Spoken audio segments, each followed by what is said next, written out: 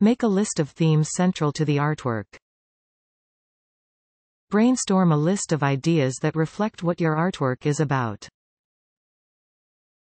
It can be simple, such as trees or girl, but it can also be thematic or subconscious, such as friendship or childhood. Think about what the meaning of the artwork is, and how the title can convey that meaning. Identify your motivation behind the artwork.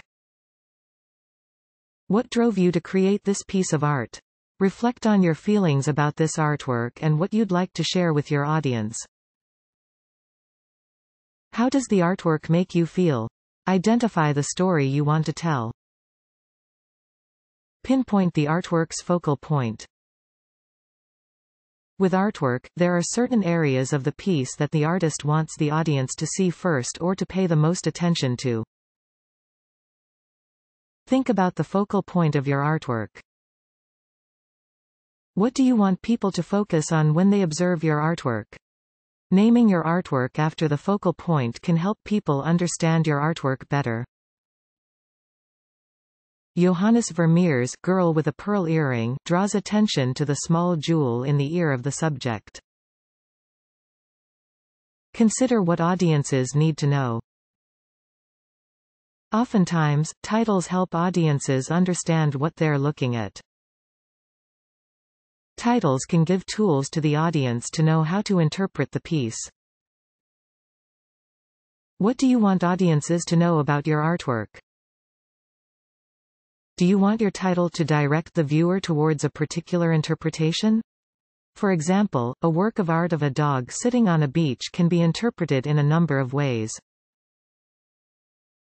But if you title the picture, Abandoned, the viewer will assume that the dog has been abandoned on the beach.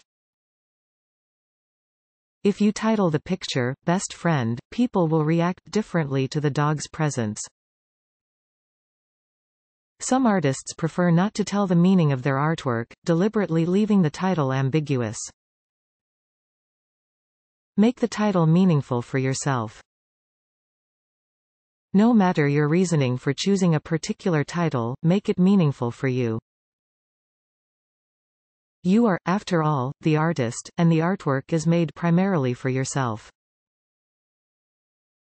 Some artists like to have titles that convey certain meanings so that they remember certain details about the process of making the artwork, what inspired the artwork, and so on.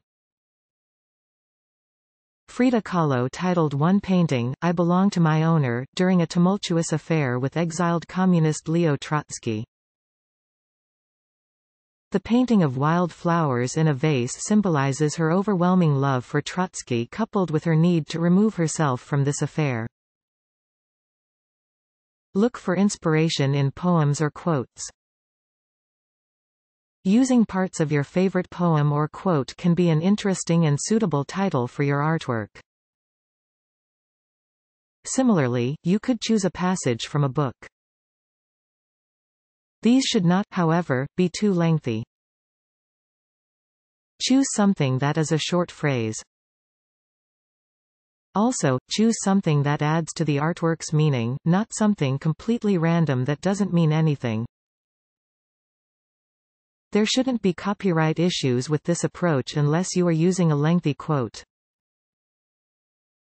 If you have just a few words from a poem or book and you are appropriating it in a new way, this would likely be protected by fair use guidelines. Pam Farrell titled her painting, Seasick Sailor, which were words that she heard in song by both Beck and Bob Dylan. David White used titles of books and movies such as The Man Who Knew Too Much and The Man Who Would Be King and repurposed them into titles for a series of paintings. One of his paintings is The Man Who Was Tired of Perpetual War, naming the action after the character in his painting. Ask for suggestions. Talk with family, friends, or other artists to get suggestions on a good title. They may have some interesting or inspirational ideas that you hadn't thought of. Alternately, throw a titling party with other artists or friends. Throw a party and display the artwork. Ask everyone to give suggestions for a title. Some titling parties demand that all guests stay until suggestions are made and a title is chosen.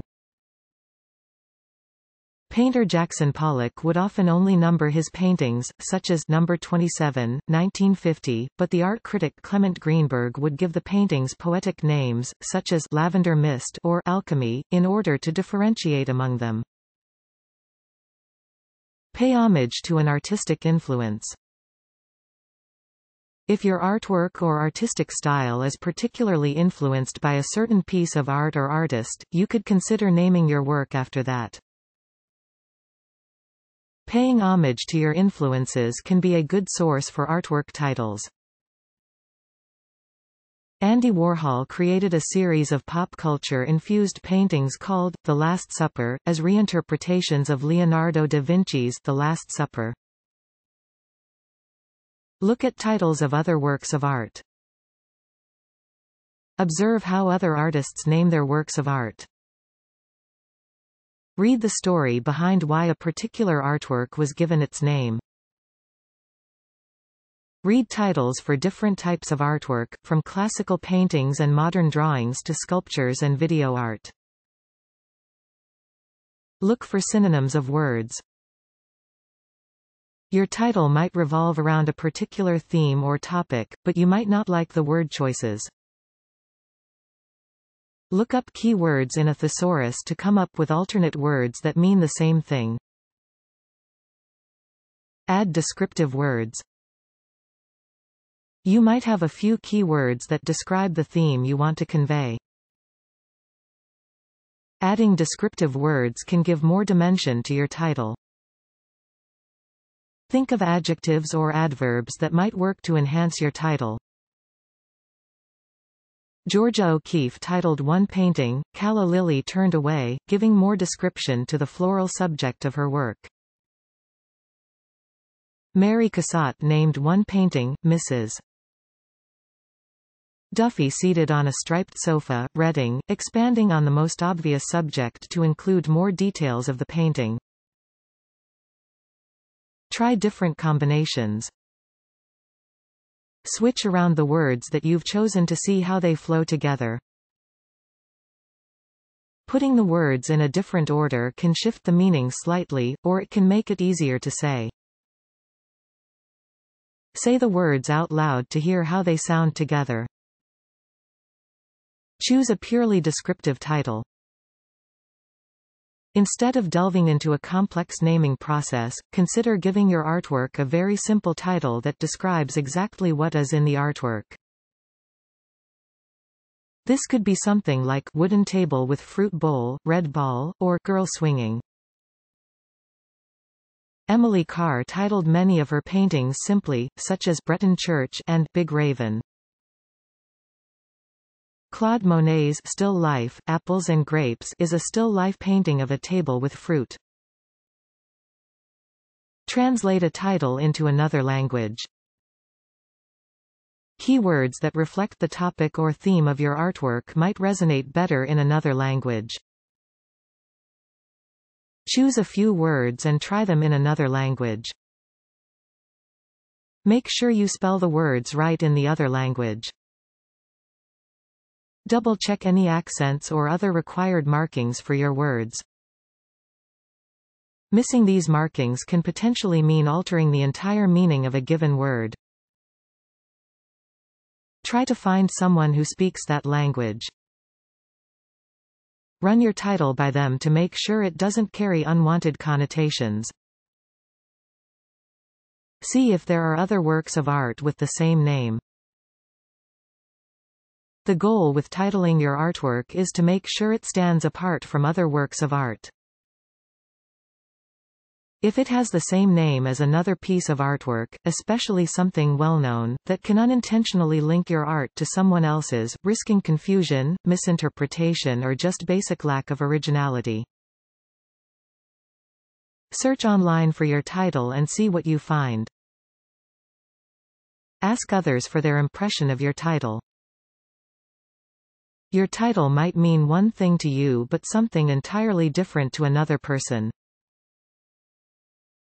Getting first reactions and feedback on your title can be a good way to understand how it will be received. Consider if your title is ambiguous or if it can be interpreted in different ways. Check your spelling. Unless it's deliberate, don't send your artwork out into the world with any misspelled word in the title. Your error can make you look less professional or serious as an artist. Similarly, double-check grammar, especially if your title is longer than a phrase. Make the title work for you. While you might title a piece of art to give it additional meaning, you may also title a piece of art so that you can promote yourself as an artist. Forgo the untitled title, and instead strive to have a distinguishable work of art. This can potentially even add value to your artwork. For paintings in a series, you might name them sequentially, such as Blue Fence Number 1, Blue Fence Number 2, and so on. They may be hard to keep track of, however. Go for different titles and help yourself keep track of individual works. Reviewers, critics and collectors can reference your work more accurately with a specific title. If you call all your pieces untitled, it will quickly get confusing as to which piece is being referred to. Having a unique title will make it easier for people searching online for your work to find you. Make sure the title accompanies your artwork. If you plan to circulate your artwork at all, make sure the title of the piece goes with the artwork. Write it on the back of the actual piece of art. If you post your artwork online, make sure your title appears with the artwork. This can improve your online profile by making your artwork easier to find.